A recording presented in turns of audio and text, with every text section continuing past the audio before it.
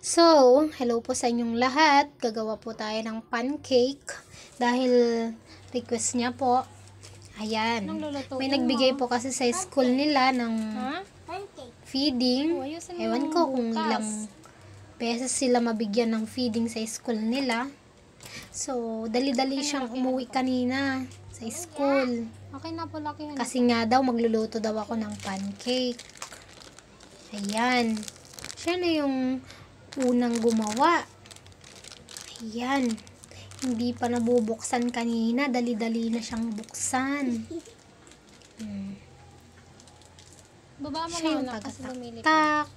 Antayin niya po kung anong gagawin niya dyan. Ayan.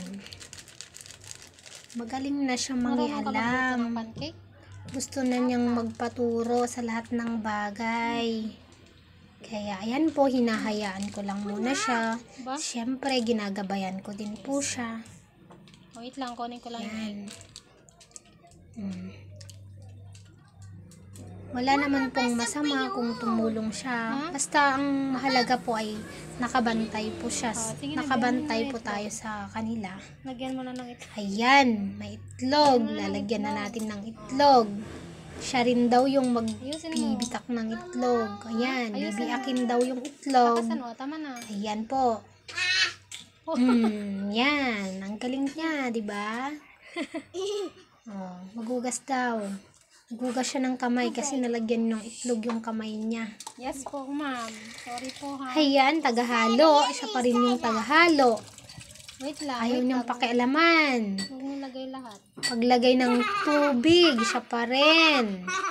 Sige na. Ganyan kagaling yung anak kong atribida. Yan. So, yan na nga po. Tagahalo-halo lang siya. Siyempre, ako na rin po yung nagluto kasi hindi pa naman niya kaya magluto. Lahat. Lagay mo lahat. Yan. Halo-halo lang siya. Hanggang sa matapos. Ayan. So, mamaya lulutuin na natin. Siyempre, ako na yung tagaluto niyan. Ayan po. Wag! Kulang ng tubig. Dagdagan ng tubig.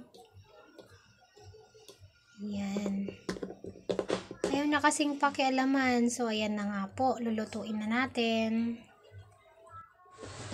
So, ayan na nga po yung last na naluto. At gusto niya daw po kasi yung heart shape. Kaya pinagbigyan ko na po siya.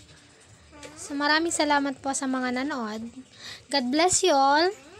Sana po isubaybayan niyo po ang aming mga videos. Maraming salamat po.